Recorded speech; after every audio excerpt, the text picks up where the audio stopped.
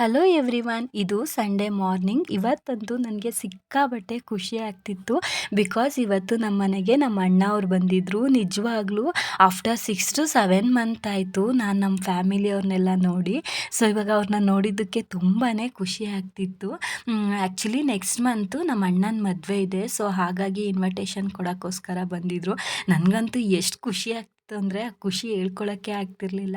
ಆಮೇಲೆ ನನ್ನ ಹಸ್ಬೆಂಡ್ ಹತ್ರ ಎಲ್ಲ ಮಾತಾಡ್ತಾಯಿದ್ರು ನಮ್ಮ ಅಣ್ಣವರು. ಅದಾದಮೇಲೆ ನಮ್ಮ ಅಣ್ಣ ಬಂದುಬಿಟ್ಟು, ಪುಟ್ಟ ಏನೋ ಟಿಫನ್ ಏನು ಮಾಡಬೇಡ, ನಮ್ಮದೆಲ್ಲ ಟಿಫನ್ ಆಗಿದೆ ಅಂತ ಹೇಳ್ದ, ಹೊರಟ್ಬಿಡ್ತೀವಿ ಅಂತ.